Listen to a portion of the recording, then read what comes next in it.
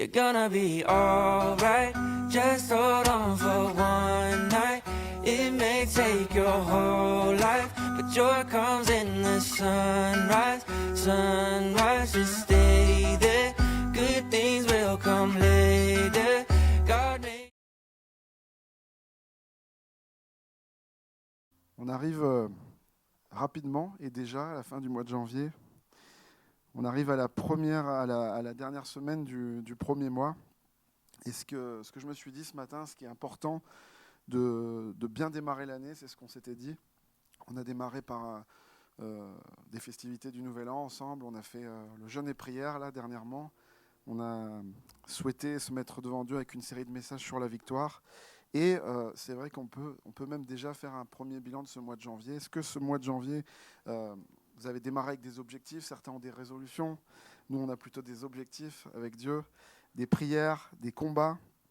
Certains ont commencé fort. Peut-être que certains ont trébuché.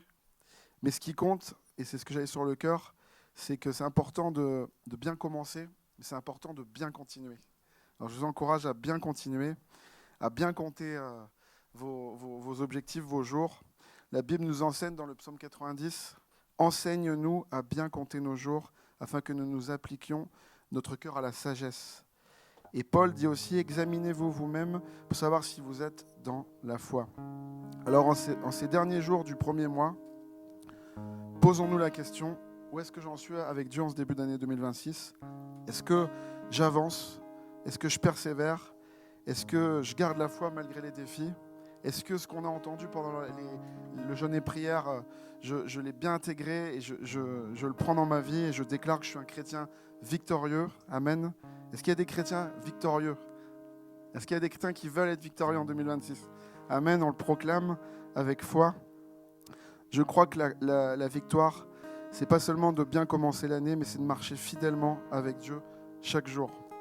Donc en cette période des derniers jours du premier mois, voilà, on continue à être conscient, à être intentionnel, qu'on va persévérer avec Dieu. Et ce matin, c'est le culte. On va rendre culte, c'est le moment de la louange avec Rémi. Et qu'on puisse de tout notre cœur louer le Seigneur, tout simplement. Malgré nos combats, malgré nos épreuves, malgré nos défis. Que ce matin, on puisse s'abandonner à lui, être libre de le louer, être libre de lui dire « je t'aime », être libre de lui dire « on croit en toi, on te loue », de tout notre cœur avec les chants, avec la guitare, avec Rémi, avec toute l'Église. Amen. Seigneur, nous voulons te louer, nous voulons te remercier. C'est vrai que nous sommes dans les derniers jours du premier mois. Le temps passe vite, Seigneur, mais tu nous bénis et on veut le remarquer, on veut le réaliser, on veut te rendre grâce. Que ce matin, toute ton Église puisse être libérée pour te louer, Roi des rois. Merci Seigneur Jésus pour nous avoir sauvés, pour être venu, Seigneur, pour nous apporter le salut et la bénédiction. Merci parce que tu nous fortifies également dans l'épreuve. Et nous voulons tous te louer avec l'Église. Amen. Je viens dans ta maison ce matin. Je viens dans ta maison. Je veux te rencontrer. Tel que je suis, m'abandonner.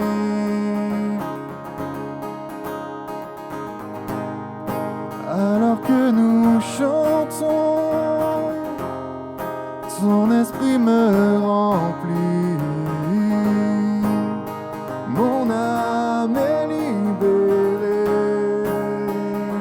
Je viens dans ta maison ce matin. Je viens dans ta maison. Je veux te rencontrer, tel que je suis, m'abandonner. Vois nos cœurs ce matin, Jésus. Alors que nous chantons, ton esprit me remplit.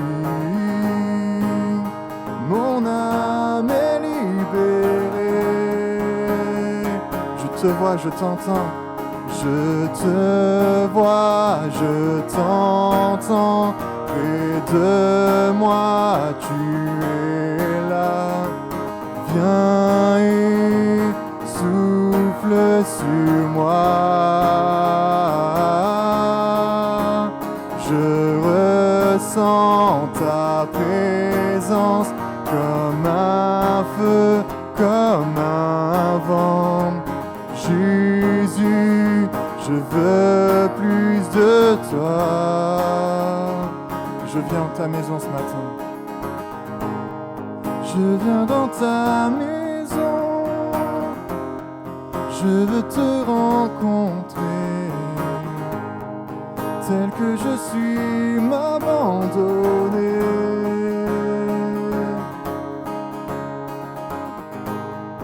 Alors que nous chantons, ton esprit me remplit. Mon âme est libérée.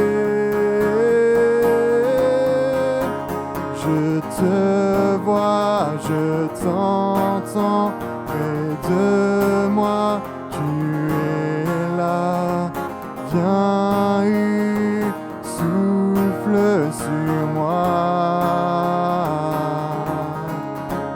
Je ressens ta puissance comme un feu, comme un vent.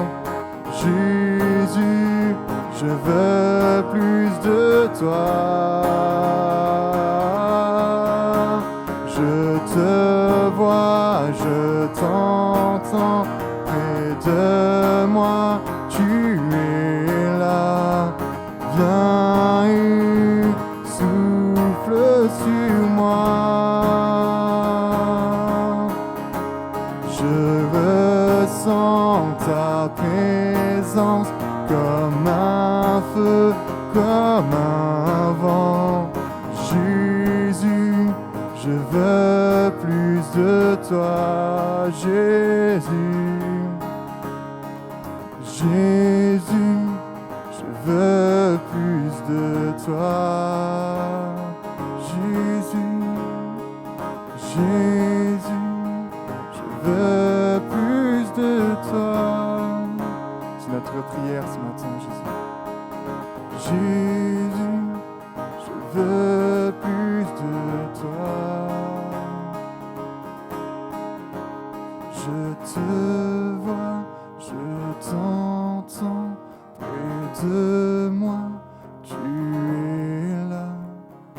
Viens et souffle sur moi. Je ressens ta présence comme un feu, comme un vent. Jésus, je veux plus de toi. Jésus, je veux plus de toi.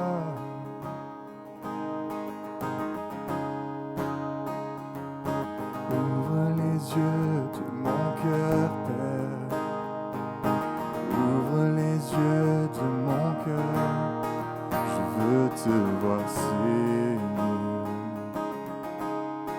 Je veux te voir, Seigneur. Ouvre les yeux de mon cœur, Père. Ouvre les yeux de mon cœur. Je veux te voir, Seigneur. Je veux te voir, Seigneur, car tu es saint. Tu es saint élevé, brillant dans la lumière de ta gloire. Remplis-moi de ton amour, je chante gloire, gloire, gloire. Gloire, gloire, gloire, je veux te voir, Seigneur.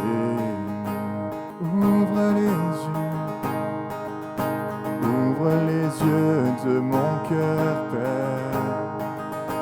Ouvre les yeux de mon cœur, je veux te voir, Seigneur. Je veux te voir, Seigneur. Ouvre nos yeux, ouvre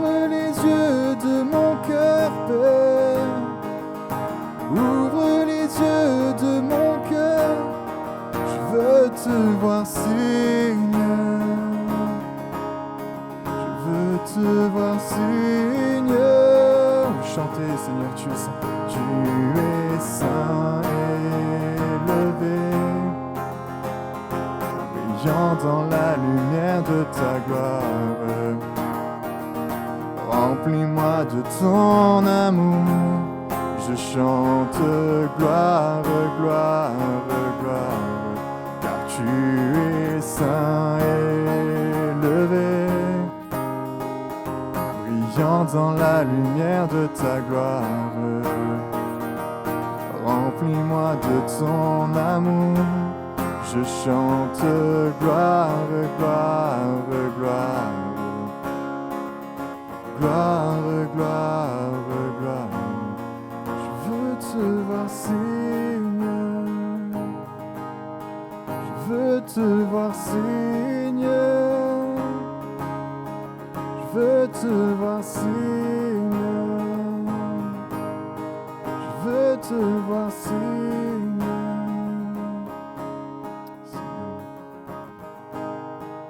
Donne la gloire, Jésus. Oui, merci Seigneur mon Dieu, nous voulons Seigneur non pas regarder à ce qui frappe les yeux comme on peut le faire chaque jour Seigneur, mais on veut regarder à toi, on veut regarder par la foi Seigneur, on veut voir avec les yeux de la foi Jésus. Seigneur, que tu puisses Seigneur dans ces instants où on se livre à toi Seigneur, ouvrir les yeux de notre cœur pour qu'on puisse voir ton amour, qu'on puisse voir combien tu nous aimes, combien tu es tellement là avec nous Seigneur. On ne veut pas regarder à ce qu'on pense, à ce qu'on raisonne, Seigneur, mais on veut regarder à toi, Jésus, Seigneur, dans toutes les situations de notre vie, Seigneur. On peut chanter une dernière fois, ouvre les yeux. Ouvre les yeux de mon cœur, Père. Ouvre les yeux de mon cœur. Je veux te voir, Seigneur. Te voir, Seigneur. Ouvre les yeux de mon cœur, Père. Ouvre les yeux de mon cœur. Je veux te voir, Seigneur. Je veux te voir, Seigneur. Amen.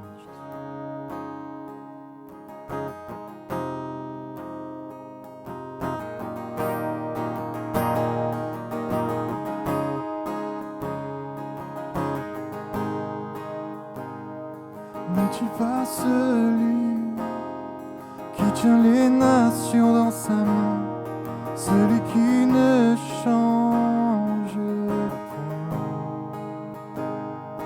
N'es-tu pas celui qui considère mes besoins, chassant l'ennemi au loin? Oh, ce n'est pas mon combat, Éternel des armées, tu précèdes mes pas. Non, ce n'est pas mon combat. Christ est ressuscité, la victoire est déjà remportée.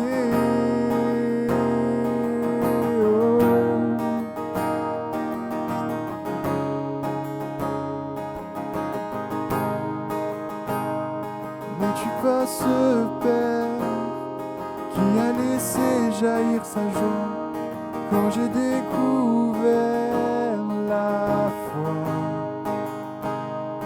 N'es-tu pas ce Père qui s'était lancé jusqu'à moi pour m'entourer de ses bras? Oh, ce n'est pas mon combat. Éternel des armées, tu précèdes mes pas. Non, ce n'est pas mon combat. La victoire est déjà remportée. Ce n'est pas mon combat. Éternel des armées, tu précèdes mes pas. Non. ce n'est pas mon combat. Christ est ressuscité, la victoire est déjà remportée.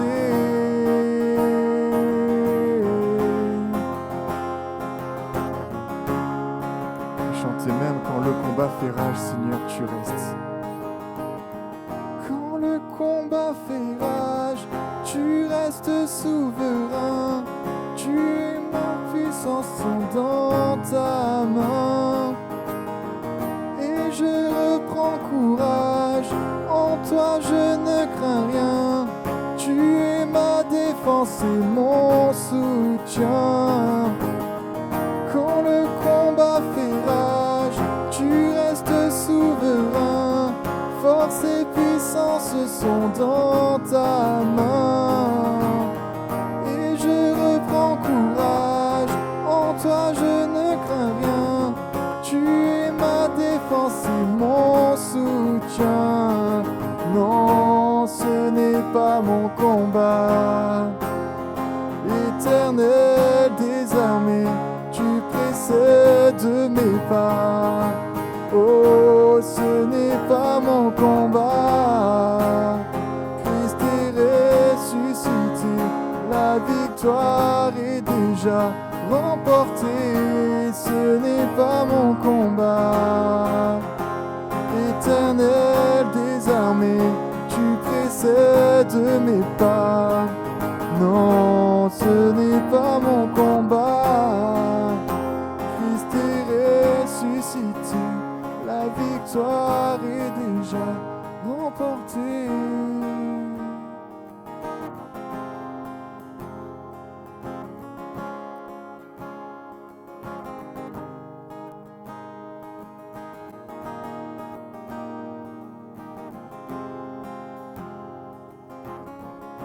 Déclare, tu restes souverain même quand le combat fait rage.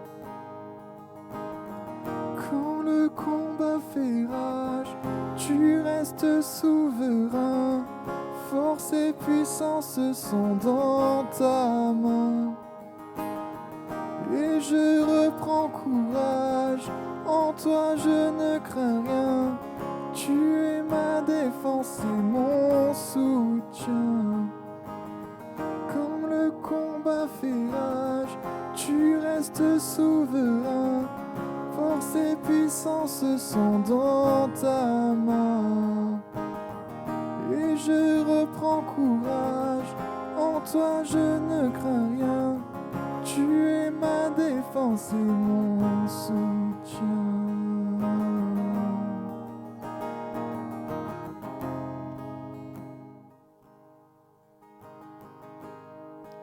Tu invites ceux qui sont fatigués à décharger leur fardeau sur toi.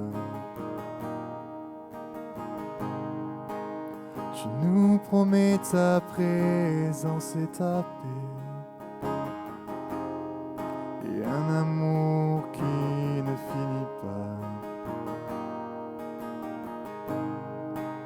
J'ai tenté par moi-même d'y arriver pour échouer au bout du chemin. Et pourtant tu n'as jamais hésité encore à me tendre la main. Mon cœur est disposé, je réponds à ton invitation. Fini de batailler, je réponds à ton invitation. Oh, voici devant toi, disposé. Je vivrai chaque jour dans le repos de l'œuvre accomplie de la croix. Et par ta grâce, je repars à zéro. Toutes choses sont nouvelles en toi. Mon cœur est disposé. Je réponds à ton invitation. Fini de batailler. Je réponds à ton invitation. Mon cœur est disposé. Je réponds à ton invitation. Fini de batailler. Je réponds à ton invitation.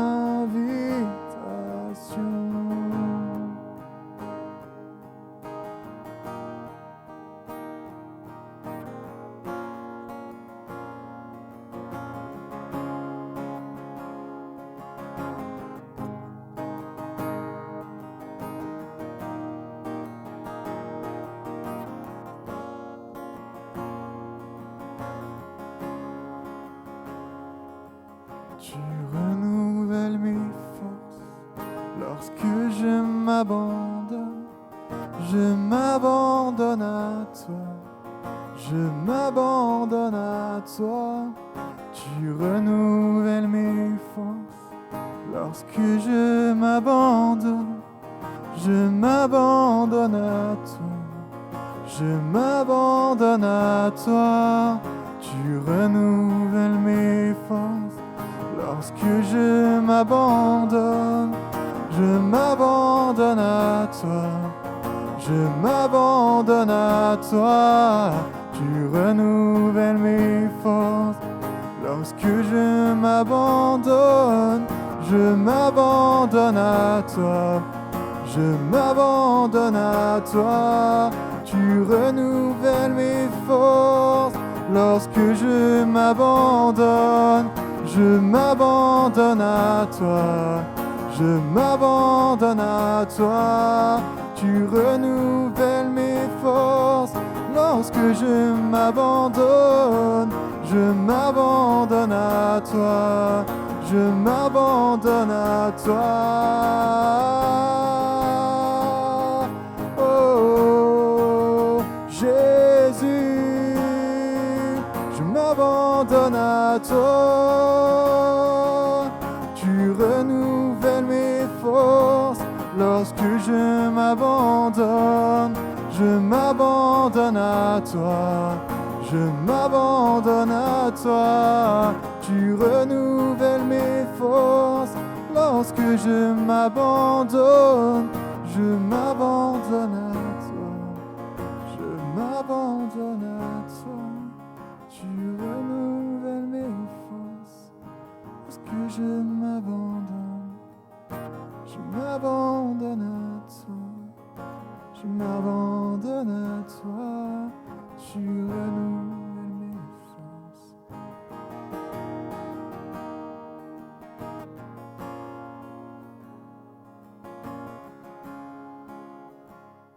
Est-ce que vous le croyez que le Seigneur renouvelle nos forces?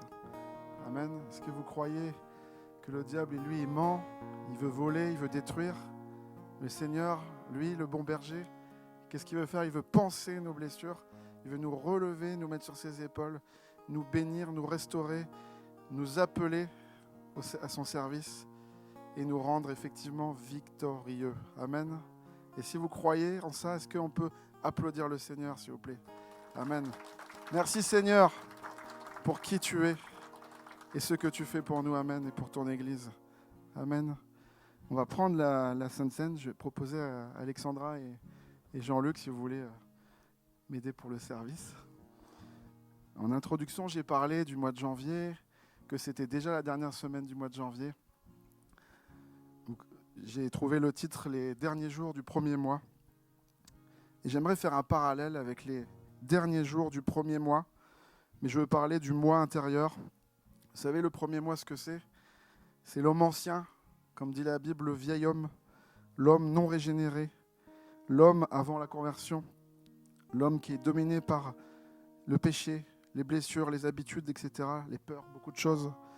Mais la parole dit dans Ézéchiel 36, « Je vous donnerai un cœur nouveau. Je mettrai en vous un esprit nouveau. » Amen, c'est ce que le Seigneur fait. Si quelqu'un est en Christ, il est une nouvelle créature. Les choses anciennes sont passées, voici, toutes choses sont devenues nouvelles. Alors mes frères et sœurs, j'aimerais faire un petit parallèle. Le premier mois, les derniers jours du premier mois, je ne parle plus du mois de janvier, je parle des derniers jours. Est-ce que vous vous souvenez des derniers jours avant votre rencontre avec le Seigneur, votre ancien mois? Amen. J'aime bien être nostalgique dans un sens et je me dire, waouh, qu'est-ce que le Seigneur a fait pour nous, il nous a sauvés. Et il nous rappelle que le premier mois, il est mort. Amen. Le premier mois, il est mort. Et le nouveau mois est en train de vivre, est en train de grandir, en train de se transformer. Notre vieil homme a été crucifié avec Christ. On le croit, donc c'est ce qu'on va prendre la Sainte Seine. Notre vieil homme a été crucifié. Et on nous dit aussi en Éphésiens 4, « Dépouillez-vous du vieil homme et revêtez-vous de l'homme nouveau. » Amen. C'est-à-dire que la conversion, c'est un événement formidable et la sanctification, c'est un processus formidable également qui se joue avec le temps, bien sûr. Et on aime, on a la foi dans ce que le Seigneur nous a dit. En mémoire de moi, faites ceci, prenez le vin, prenez le pain, en mémoire de ce que Jésus a fait. Donc on va prendre le repas de tout notre cœur. Ceux qui sont engagés avec Jésus puissent se lever et prendre ce repas avec action de grâce. Amen. Dieu de gloire, je t'adore. Ton nom s'élève en majesté de mes lèvres. Je célèbre ta victoire, ton règne, ton autorité. Digne es-tu, agneau de Dieu. Digne es-tu, agneau de Dieu. Tous les anges ensemble acclament la puissance de ton nom. Digne es-tu, agneau de Dieu. Digne es-tu, agneau de Dieu. L'univers entier proclame la beauté de ton sein. Dieu de gloire, je t'adore. Ton nom s'élève en majesté de mes lèvres. Je célèbre ta victoire, ton règne, ton autorité. Digne es-tu, agneau de Dieu. Digne es-tu, agneau de Dieu. Tous les anges ensemble acclament la puissance de ton nom. Digne es-tu, agneau de Dieu. Digne es-tu, agneau de Dieu. L'univers entier proclame la beauté de ton sein.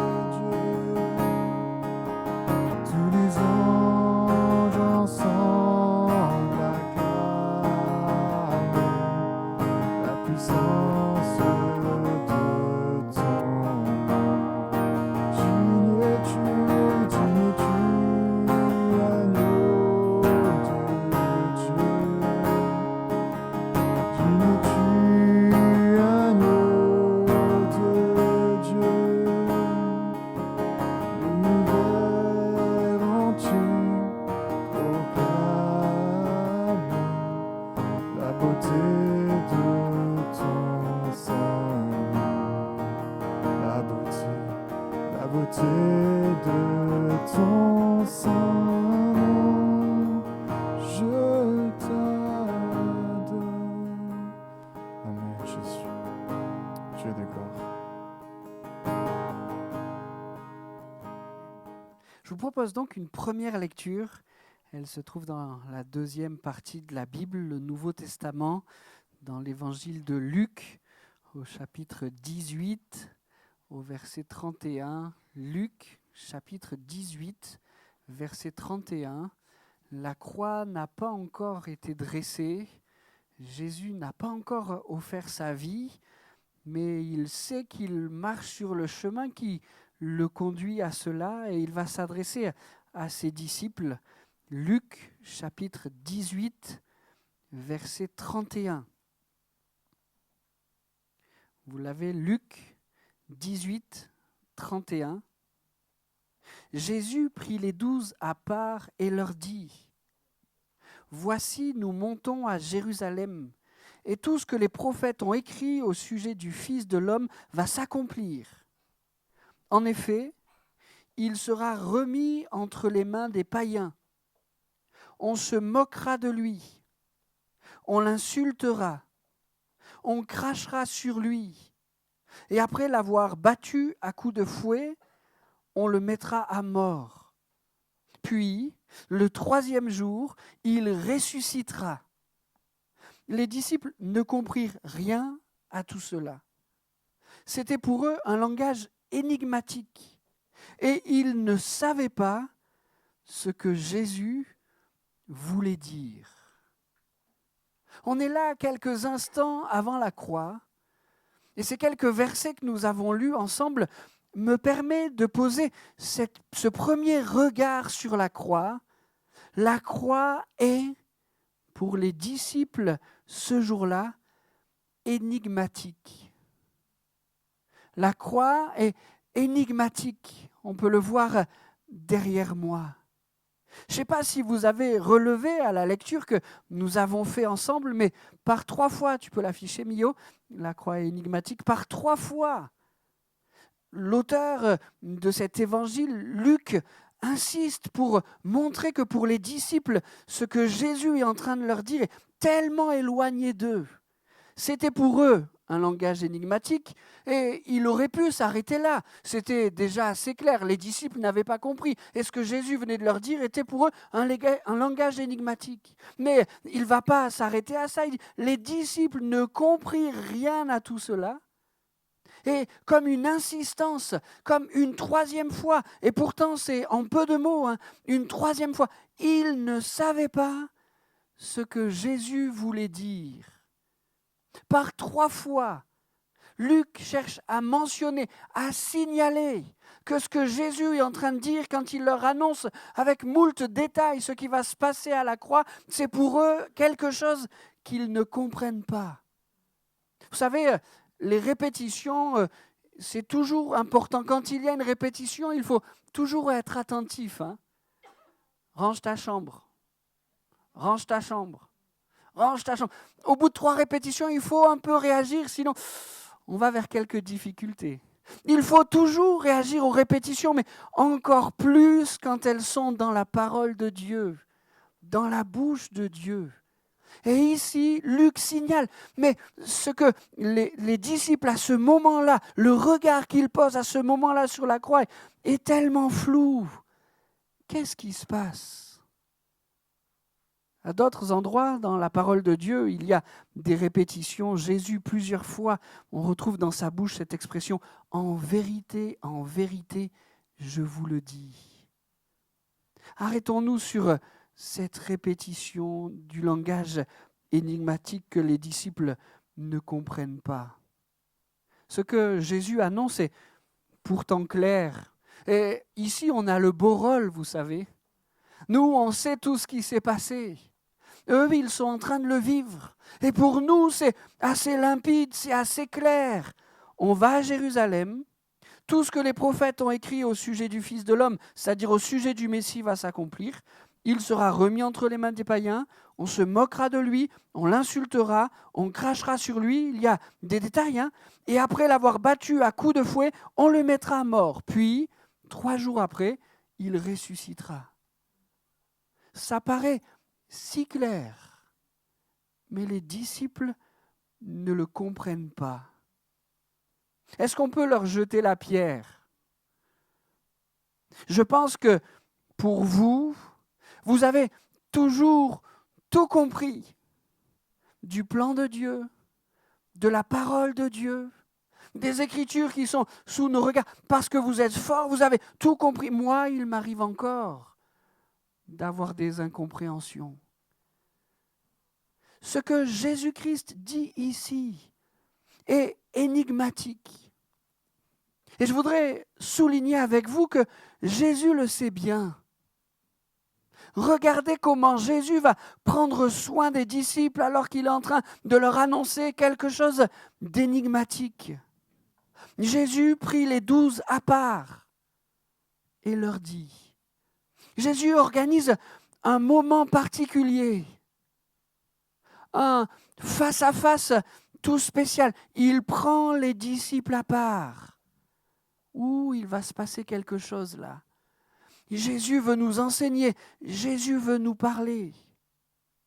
Jésus prend les 12 à part et alors qu'il va leur annoncer avec beaucoup de détails ce qui va arriver, il prend je mets des guillemets, la précaution de souligner tout ce que les prophètes ont écrit va s'accomplir. Remarquez avec moi que Jésus-Christ prend 2 éléments particuliers pour exposer à ses disciples quelque chose qu'il sait énigmatique. Il les prend à part et il fait référence à la Bible, à la parole de Dieu. Tout ce que je vous dis maintenant a déjà été écrit, a déjà été annoncé. Et ce n'est pas simplement ce que moi je vous dis, il était fils de Dieu, alors sa parole était suffisante et souveraine, mais il fait référence, même lui, aux écrits de la Bible, aux écrits de la parole de Dieu. Qu'est-ce qui peut, mieux que cela, éclairer nos incompréhensions à nous? Éclairer les énigmes qui restent encore sur notre chemin, ces choses que l'on n'a pas encore élucidées. Et Seigneur, pourquoi ? Et pourquoi ? Et pourquoi ? Je crois que ce que Jésus-Christ fait hier avec ses disciples, il veut le renouveler avec nous ce matin. Nous prendre à part. J'ai quelque chose à te dire. J'ai quelque chose à marquer, à déposer sur ton cœur. Ce que Jésus fait hier avec les disciples, il veut le renouveler avec toi ce matin. Et regarde à ce qu'ont dit les prophètes. Regarde à ce qui est écrit dans la Bible, dans la parole de Dieu. Ça va éclairer ce que tu vis, ce que tu traverses, ce que tu connais. Et puis, il y a quelque chose de tout à fait particulier qui va se passer entre Jésus et les disciples autour de la croix. Cette fois, on avance un peu dans le temps. Jésus est mort sur la croix, il est ressuscité. Et voilà ce qui se passe. Luc 24, 44. Puis il leur dit, il dit à ses disciples, voici ce que je vous ai dit quand j'étais encore avec vous. Il faut que s'accomplisse tout ce qui est écrit de moi dans la loi de Moïse, dans les prophètes et dans les psaumes. Et le texte poursuit là-dessus. Il leur ouvrit l'intelligence pour qu'ils comprennent les Écritures. Seigneur, c'est ma prière. Ce matin encore, alors que nous prenons la décision de regarder ensemble à la croix, ouvre mon esprit, ouvre mon intelligence, ouvre mon cœur. On voit dans d'autres évangiles qu'il souffle sur eux pour leur donner l'esprit, c'est le fait d'avoir quelque chose qui vient éclairer leur intelligence. Mais oui, c'est ça, ce que Jésus voulait me dire, ce qu'il voulait m'enseigner, ce qu'il voulait m'apprendre. Ce matin, on prend la décision ensemble de regarder à la croix. Et on pourrait regarder cette croix comme un événement de l'histoire, ma foi assez énigmatique. Certains considèrent qu'il était le sauveur du monde et pourtant il est mort. On pourrait regarder cet épisode-là comme quelque chose d'historique. Est-ce qu'on a vraiment toutes les preuves? Et certains vouent leur vie à essayer de décortiquer et de trouver toutes les preuves pour donner une explication rationnelle à la croix.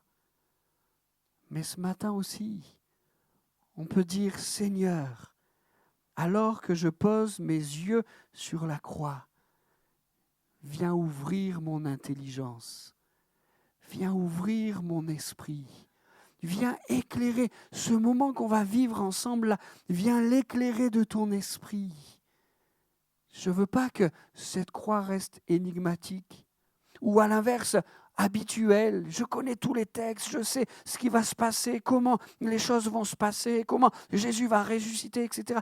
Non, je ne veux pas vivre ou regarder la croix comme cela. Mais ce matin, Seigneur, viens ouvrir mon esprit, viens ouvrir mon intelligence pour que je regarde la croix comme tu veux me la montrer. Vous êtes d'accord avec ça? On fait une petite parenthèse dans la prédication et je vais prier pour que ce matin, Dieu nous donne vraiment de regarder la croix avec son intelligence. Seigneur, ce message est tout simple. On regarde à la croix.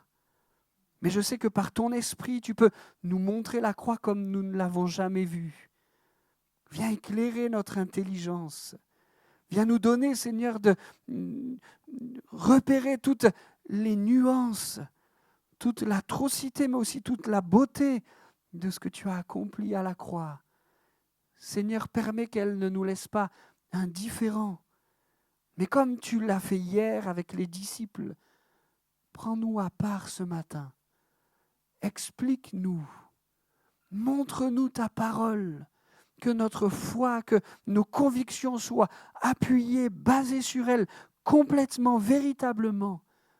Et que cette croix ne reste pas énigmatique, mais que par l'éclairage de notre intelligence, tu puisses nous donner de la saisir pleinement et qu'elle vienne encore éclairer notre vie, bouleverser notre vie. Amen. Amen. La deuxième partie de ce message, après avoir dit que cette croix était énigmatique, la deuxième partie de ce message nous amène à considérer que la croix a été ô combien teintée de souffrance. Jésus-Christ l'annonce à l'avance. Il sait ce qu'il va traverser. Il le sait si bien que quelques instants avant la croix, alors qu'il se met à l'écart pour prier, le stress est à son comble et des grumeaux de sang perlent sur son front. Il sait ce qu'il va souffrir et il l'accepte. Ici, il commence par dire à ses disciples que le Fils de l'homme, c'est-à-dire Jésus, le Messie, c'est-à-dire lui-même, serait remis entre les mains des païens. Que son peuple le condamne était déjà un affront des plus élevés. Celui qui avait fait tant de bien, celui qui avait montré sa puissance en guérissant des malades, en ressuscitant des morts, en parlant de la part de Dieu comme personne ne l'avait fait avant lui. À 12 ans, il enseignait les docteurs sur la parole de Dieu. Lui que les foules venaient écouter pour comprendre, saisir ce beau et glorieux message qui sortait de sa bouche, que son peuple le condamne, était déjà un affront sans nom. Mais ce qui s'est passé à l'heure de la croix, c'est que non seulement son peuple l'a condamné, mais qu'ils ont livré Jésus aux Romains en disant « Vous, condamnez-le aussi. Parce que nous n'avons pas le droit de le condamner à mort. Vous, condamnez-le à la croix. Condamnez-le à la croix. » Remis entre les mains des païens. Jésus poursuit, et alors qu'il vient de souligner la trahison dont il va être l'objet, il continue. On se moquera de lui, on l'insultera, on crachera sur lui. Et on peut regrouper ces trois éléments, les moqueries, les insultes et les crachats. C'est comme s'il y avait quelque chose de l'ordre du crescendo, vous savez. Les moqueries les hommes s'y étaient déjà risqués. Je pense par exemple à ce texte où Jésus a été appelé parce qu'une jeune fille de 12 ans était malade puis morte. Quand Jésus arrive dans la maison de cet enfant de 12 ans morte, il y a déjà la foule qui est réunie, le bouche à oreille a fonctionné, les gens savent qu'elle est morte. Et il y a, comme la tradition le réclamait, quelques pleureuses qui sont là. Il faut extérioriser la souffrance. Et donc, il y a des personnes qui sont là pour pleurer avec démonstration, pour montrer combien on souffre. Les pleureuses sont là. Jésus arrive. L'enfant n'est pas morte, mais elle dort. Alors que cette parole était une parole prophétique, Jésus-Christ était en train d'annoncer de quelle manière il allait ressusciter l'enfant. Quelle a été la réaction des gens présents? Ils se moquent de lui. Il ne sait même pas faire la différence entre quelqu'un de mort ou quelqu'un qui est dans le sommeil. Et les gens se moquent. Peut-être que nous aurions eu la même réaction. Mais que s'est-il passé après? Jésus a ramené cet enfant à la vie et tous l'ont vu. Et ceux qui ce jour-là s'étaient moqués, ce que je pense, la Bible ne le dit pas, mais j'aurais tendance à croire que ceux-là ne se sont plus moqués de Jésus.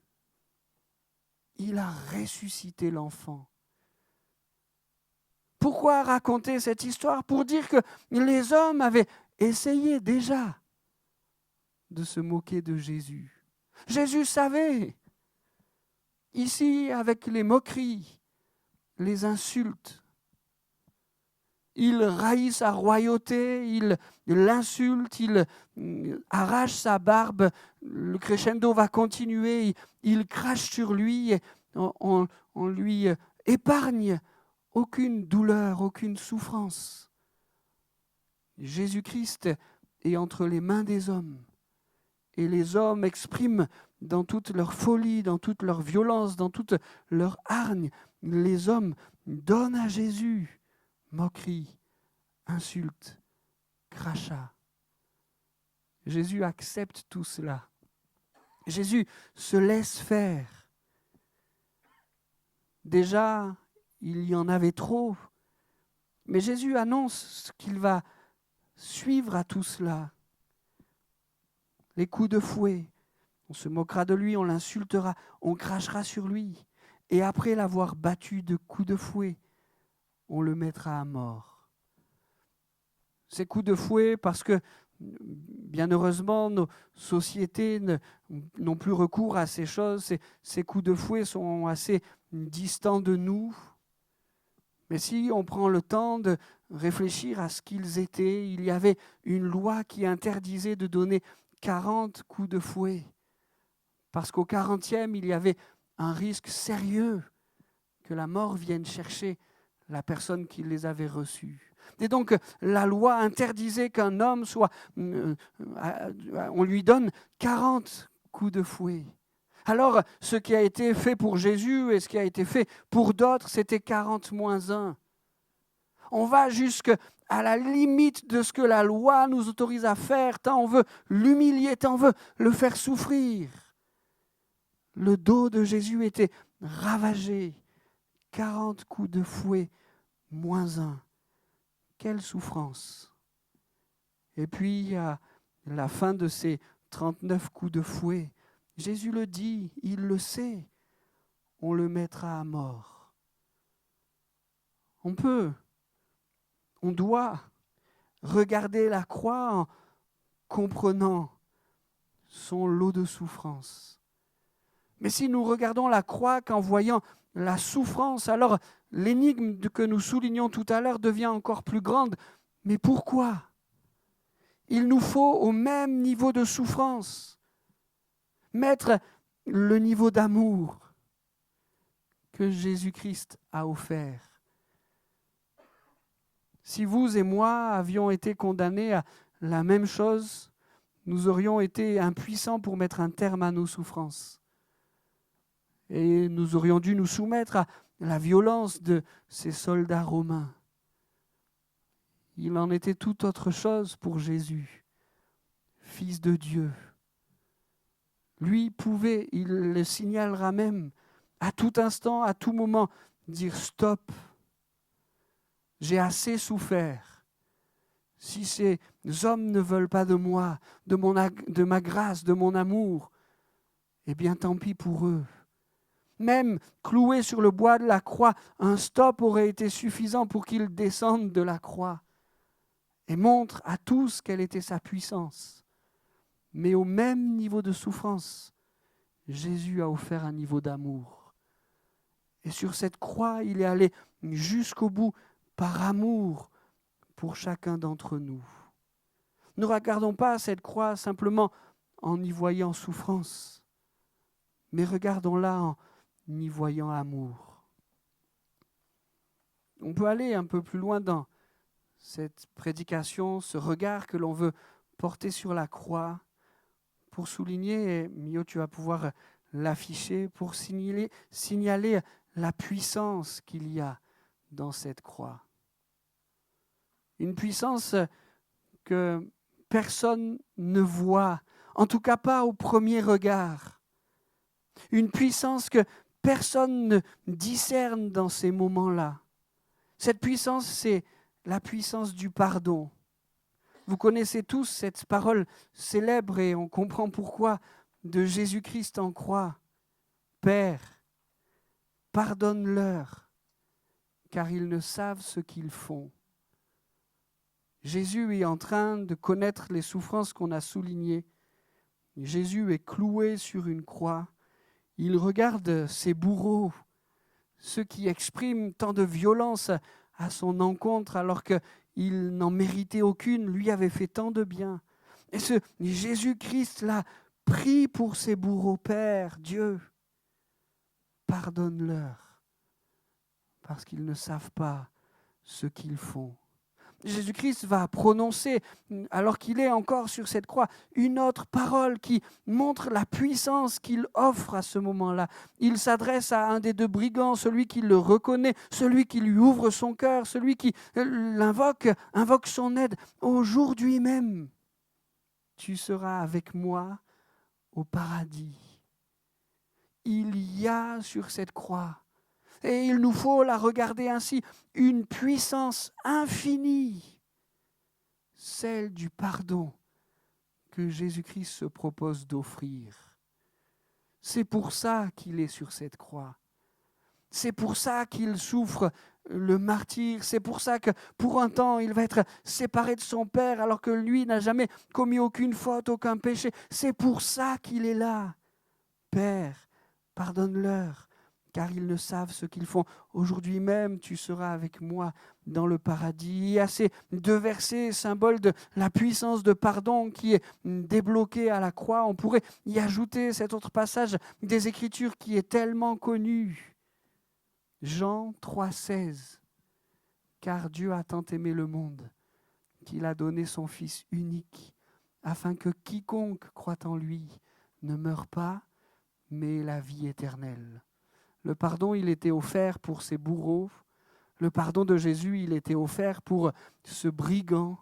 Mais le pardon de Jésus, il est pour quiconque. Dieu a donné Jésus pour que quiconque croit ait la vie éternelle. Une puissance infinie de pardon, capable d'effacer nos fautes. Quand on regarde à la croix, on voit cette souffrance, on voit cet amour, on voit cette puissance de pardon, mais bien souvent on voit aussi nos fautes. Jésus, devant nos fautes, devant notre péché, dit Père, pardonne-leur, car ils ne savent ce qu'ils font. Cette puissance de pardon, elle est là encore pour chacun d'entre nous aujourd'hui. Si Jésus est monté sur cette croix, c'est pour nous pardonner. Et puis, je voudrais terminer cette prédication en regardant la croix sous un dernier angle, celui de la victoire. Nous devons regarder cette croix sous l'angle de la victoire. Et peut-être cela va vous surprendre, Mais je voudrais commencer pour parler de la victoire en disant qu'elle commence dans les larmes. Vous en connaissez beaucoup, vous, des victoires qui s'obtiennent dans des larmes. La victoire que Jésus-Christ remporte à la croix, elle commence dans les larmes. À la fin, il meurt. C'est ça ce qui se produit. Et pour qu'il y ait victoire, il fallait qu'il y ait cette mort, ces larmes. Les disciples pensent qu'ils se sont trompés.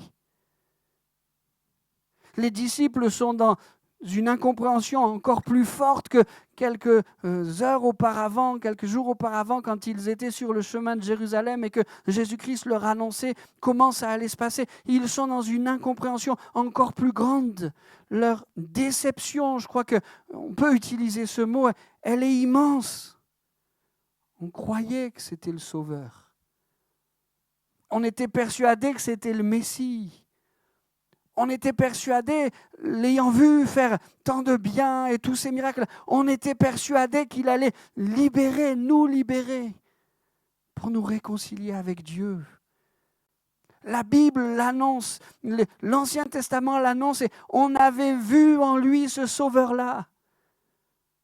Mais aujourd'hui, il est mort. Et cette victoire, elle commence par des larmes. Jésus ne pourra plus, c'est ce qu'ils pensent, Jésus ne pourra plus leur faire du bien. La victoire de la croix, ceci d'étonnant, elle commence dans les larmes. Et vous savez, pour vivre la victoire du tombeau, parce qu'elle va arriver, nous allons y arriver aussi bientôt, poser nos yeux sur cette victoire éblouissante du tombeau, pour vivre la victoire du tombeau. Il a fallu connaître ce temps de larmes. Et j'ai presque envie de dire, en m'appuyant sur un texte, on va le lire ensemble, que pour chacun d'entre nous, si nous voulons vivre, comprendre, réaliser, accomplir pleinement la victoire du tombeau, il nous faut passer par un temps de larmes. Je m'explique. 2 Corinthiens chapitre 7, verset 10. En effet, la tristesse selon Dieu produit une repentance à salut dont on ne se repent jamais, tandis que la tristesse du monde produit la mort. Ok, un passage un peu compliqué. En effet, la tristesse selon Dieu produit une repentance à salut dont on ne se repent jamais, tandis que la tristesse du monde produit la mort. Essayons de décortiquer un peu cela. La tristesse, selon Dieu, c'est la repentance. Vous savez, ces larmes dont je parlais tout à l'heure qui nous font regarder la croix avec quelque chose qui nous pousse à l'introspection. Il est venu pour pardonner et j'ai tant de choses à me faire pardonner. Cette tristesse qui nous dit, mais c'est pour moi aussi qu'il est mort. Et cette tristesse-là, elle est, selon la parole de Dieu, elle est selon Dieu. Cette tristesse-là, elle nous conduit à Dieu, elle nous mène à Dieu et elle produit quelque chose que la Bible appelle la repentance. En effet, la tristesse selon Dieu produit une repentance. Jésus, je te demande pardon. C'est pour te charger de mon péché que tu as accepté de vivre cette croix. Cette tristesse, selon Dieu, elle produit une repentance qui conduit au salut, que l'on ne regrette jamais. C'est ainsi que le texte poursuit, que l'on ne regrette jamais. La tristesse, selon ce monde, elle produit la mort. Vous savez, c'est cette tristesse qui est suivie d'une culpabilité qui nous éloigne de Dieu. Je ne suis pas digne de lui, j'ai trop péché, ce que j'ai fait ne me permet pas de m'approcher de lui. Cette tristesse, selon le monde, elle produit la mort. Mais cette tristesse, selon Dieu, cette repentance qui nous pousse à venir justement au pied de cette croix pour dire « Jésus, sur cette croix, tu ne portais pas ton péché parce que tu es pur, juste et saint, mais sur cette croix, tu étais en train de payer le mien. Et je t'en demande pardon. » Cette tristesse-là, elle ne dure pas. Elle conduit, elle nous conduit à la victoire devant le tombeau. Cette victoire, elle commence dans les larmes, mais elle se poursuit éblouissante. Matthieu, chapitre 27, verset 51. Jésus vient juste de remettre son esprit entre les mains du Père, il vient juste de mourir. Et voici le voile du temple se déchira en deux, depuis le haut jusqu'en bas. La terre trembla, les rochers se fendirent, les sépulcres s'ouvrirent, et plusieurs corps des saints qui étaient morts ressuscitèrent. Étant sortis des sépulcres après la résurrection de Jésus, ils entrèrent dans la ville sainte et apparurent à un grand nombre de personnes. Le centenier et ceux qui étaient avec lui pour garder Jésus, ayant vu le tremblement de terre, ceux qui venaient d'arriver, furent saisis d'une grande frayeur et dirent « Assurément, cet homme était fils de Dieu. » Une victoire éblouissante. Le voile est déchiré. Cette séparation qui marquait le lieu saint du lieu très saint, ce voile qui était infranchissable, l'homme pécheur ne pouvait pas traverser ce voile pour rentrer dans le lieu très saint, symbole de la présence de Dieu. Il ne pouvait pas le faire, sinon au prix de nombreux sacrifices pour un homme, une fois par an, avec tremblement, passer de l'autre côté de ce voile. Mais à l'instant où Jésus-Christ meurt, ce voile pourtant épais qui était censé marquer, qui marquait une séparation, ce voile à l'instant de la mort de Jésus est déchiré. L'homme a maintenant la possibilité d'être pleinement réconcilié avec Dieu parce que le Fils de Dieu s'est donné, il est mort, se chargeant du péché du monde. Le voile se déchire en deux. La terre tremble, les rochers se fendent, les sépulcres de ceux qui étaient morts croyants s'ouvrent et des morts ressuscitent. Ils sortent de leurs sépulcres, ils vont dans la ville, les gens les voient, ils sont ressuscités. Au moment de la mort de Jésus, il y a une victoire éblouissante. D'ailleurs, tout chez Jésus est éblouissant, n'est-ce pas ? On pourrait commencer à parler de sa naissance, mais il faut même commencer avant. L'annonce de sa naissance est éblouissante. Une étoile, des anges, etc., etc. Sa naissance est éblouissante. Son enfance est éblouissante. Je faisais tout à l'heure référence à ce moment où, à 12 ans, il enseigne les docteurs de la loi, des érudits qui ont fait des années et des années d'études théologiques pour analyser et comprendre la Bible. Là, c'est un enfant de 12 ans, sans instruction théologique particulière, qui leur parle de Dieu. Tout est éblouissant chez Jésus. Son ministère est éblouissant. On a parlé de ses guérisons, de ses résurrections. On aurait pu signaler cette eau changée en vin, le fait qu'il marche sur l'eau, le fait qu'il ordonne à la tempête de s'arrêter. En un instant, elle le fait. Et on pourrait encore prolonger. Tout est éblouissant chez lui. Même sa mort. Aux yeux du monde, Jésus remporte la victoire. Et pourtant, alors que dans la vie de Jésus, tout est éblouissant, remarquez avec moi que dans ce texte, si peu se laisse éblouir. Vous vous souvenez ce qu'on a souligné, il meurt, le voile du temple se déchire, la terre tremble, les rochers se fendent, des morts ressuscitent. Et le texte nous signale à la rigueur un centenier qui dit assurément cet homme était le Fils de Dieu. Quelques femmes un peu plus loin qui réalisent qu'il se passe quelque chose. Sa victoire est éblouissante et pourtant, si peu se laisse éblouir. Et toi? Et toi ce matin, est-ce que tu vas te laisser éblouir par la victoire que Jésus-Christ remporte à la croix? 3 jours après, sa victoire reste et demeure éblouissante. Les anges descendent au tombeau. il roule la pierre. Jésus qui avait été déposé, mort dans ce tombeau, va ressusciter. Sa victoire est éblouissante. Te laisseras-tu éblouir ce matin? Je termine avec ce dernier élément. Une victoire qui commence dans les larmes, une victoire qui est éblouissante, mais une victoire qui est discrète. Je termine avec ça. La victoire de Jésus-Christ est discrète.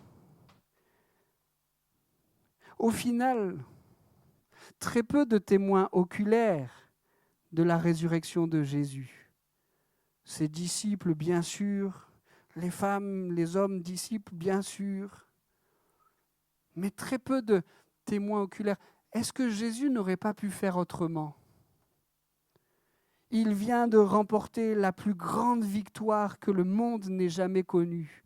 Et je ne parle pas simplement du monde terrestre, mais du monde spirituel également. Il a porté les péchés du monde, il a vaincu Satan, il a vaincu la mort, il a vaincu le péché. Il sort victorieux de tout ça. N'aurait-il pas pu se montrer ainsi victorieux aux yeux du monde entier? Il aurait pu le faire. Pourquoi il se montre qu'aux disciples? Sa victoire est discrète, mais c'est volontaire. Si Jésus se montre victorieux aux yeux du monde, il oblige la foi. Et l'être humain n'aurait pas pu faire autrement que de reconnaître et de réaliser qu'il est le victorieux, le Messie, le Sauveur. Mais Jésus ne force personne à la foi. Bien sûr, sa victoire est éblouissante, elle est complète, elle est totale. Mais sa victoire est discrète. Et elle ne vient impacter et marquer le cœur de celles et ceux qui disent « Je veux croire ». Les disciples ont été de ceux-là. Leur vie a été bouleversée. Et ils ont à leur tour porté ce message, et d'autres après eux, et d'autres après eux, et d'autres après eux.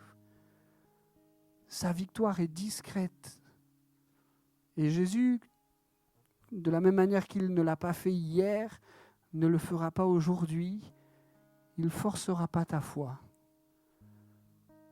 Mais c'est à toi de décider, de choisir quel regard est-ce que je porte sur la croix. Est-ce que je porte ma foi à ce message? Est-ce que j'apporte ma foi à cette croix? Celui, celle qui le fait, voit sa vie transformée. On aimerait, nous, dire Dieu, Jésus, montre-moi ta victoire et je croirai. Mais Jésus dit, crois et je te montrerai ma victoire. Cette victoire, elle est discrète, mais elle transforme la vie de celui qui décide d'y croire. Est-ce qu'il y en a ce matin qui veulent se laisser éblouir par cette victoire, qui veulent dire à Jésus, je crois que c'est pour moi que tu as donné ta vie. Je crois que c'est pour moi que tu es mort. Je crois que tu as entre tes mains tout ce qui est nécessaire pour que mon cœur soit pardonné, pour que je ne porte plus la honte de mon péché, pour que je renonce à toute culpabilité, pour que je m'avance racheté, enfant de Dieu, jusqu'au trône du Dieu très grand, puissant, glorieux et saint, sans avoir honte, mais en étant pardonné, justifié par l'œuvre de Jésus à la croix. Ça commence par ta foi. Et tu es libre ce matin de l'accepter ou non. Seigneur Jésus, merci pour la croix. Elle est en bien des aspects énigmatique, mais elle vient toucher nos cœurs ce matin.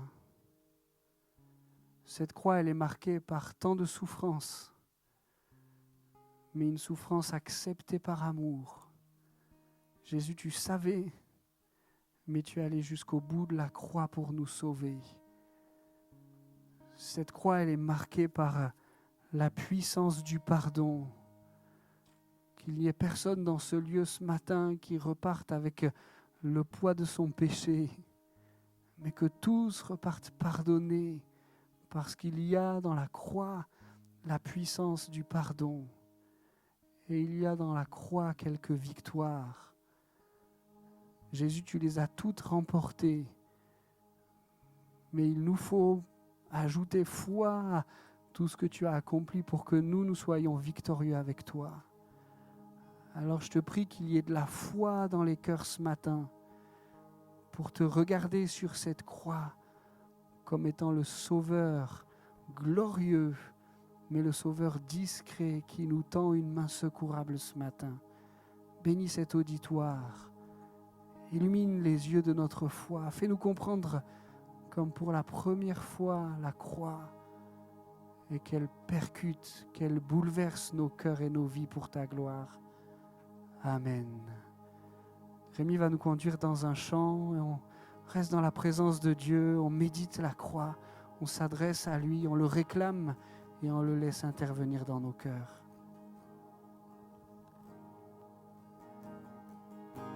Seigneur, tu me cherches, tu me connais.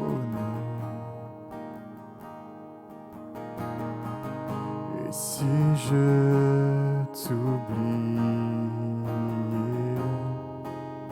je sais que tu m'aimes. Ta sainte présence, elle m'environne.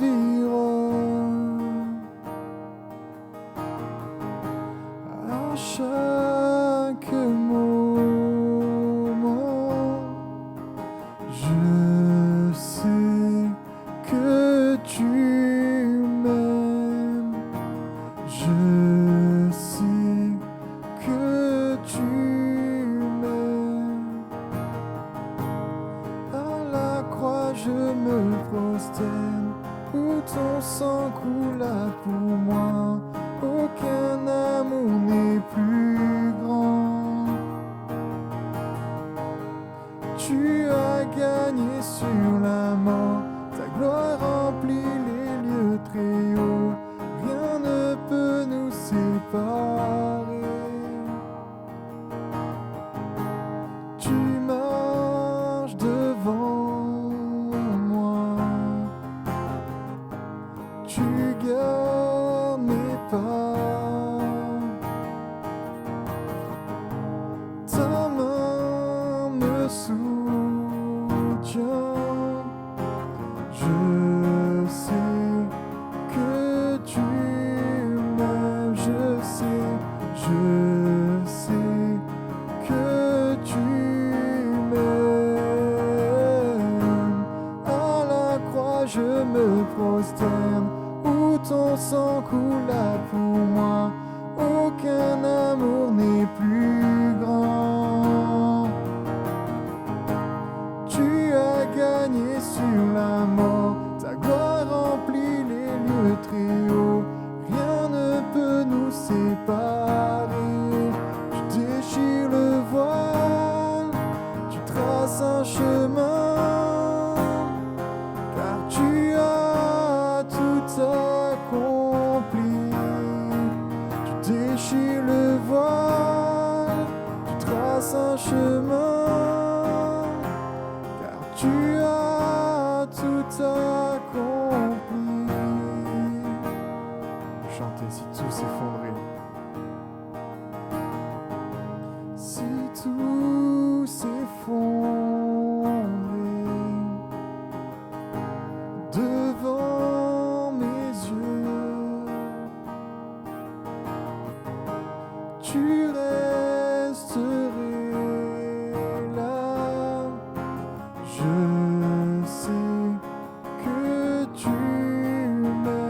Oh, je sais que tu m'aimes. À la croix je me prosterne, sang coula pour moi. Aucun amour n'est plus grand. Tu as gagné sur la mort, ta gloire remplit les lieux très hauts. Rien ne peut nous séparer à la croix, je me prosterne, où ton sang coula pour moi. Aucun amour n'est plus grand. Tu as gagné sur la mort, ta gloire remplit les lieux très hauts. Rien ne peut nous séparer. Je sais que tu m'aimes. Je sais que tu m'aimes. On a dit que la croix appelait à une démarche de foi. Je crois et je me laisse transformer par l'œuvre de Jésus. Je voudrais vous donner la possibilité de faire ce matin cette démarche de foi et de vous avancer sur le devant en disant: je choisis de croire en ce message. Je veux me laisser transformer. Je veux que Jésus vienne pardonner mon péché, qu'il vienne enlever toute culpabilité, qu'il inscrive mon nom dans le livre de vie pour que j'ai l'assurance de l'éternité avec Dieu. Cela réclame une démarche de foi et je veux te donner la possibilité de la faire ce matin. Alors que la musique continue, alors qu'on va continuer de chanter à la croix, je me prosterne. Simplement lève-toi, sors des rangs, n'aie pas peur du regard des autres. Avance-toi sur le devant, fais cette démarche de foi. Jésus, je te donne ma vie, je te demande pardon. Viens laver mon cœur et viens faire de moi ton enfant. On l'a dit tout à l'heure, cette victoire, elle commence par les quelques larmes de la repentance, mais elle se termine avec le glorieux de Jésus-Christ qui fait de toi son enfant. Gonna be alright, just hold on for one night. It may take your whole life, but joy comes in the sunrise. Sunrise, just stay there. Good things will come later.